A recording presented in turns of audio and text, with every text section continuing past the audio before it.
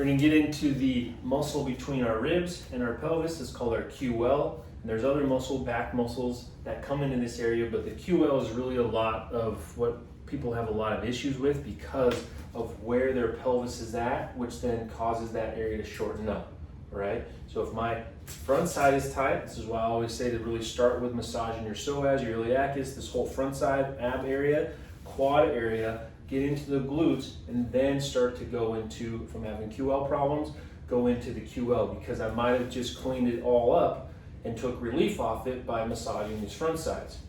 Now, if I have QL problems, then I can use the PSO-STICK to be able to get into that area a couple different ways. One, by just lightly massaging, going side to side, get into it that way, or I can put the handle up against the wall, and then I can be able to put that other handle right into that QL area, all right? And I can just start to kind of wiggle around, shifting my body to try to get into that muscle even more, all right?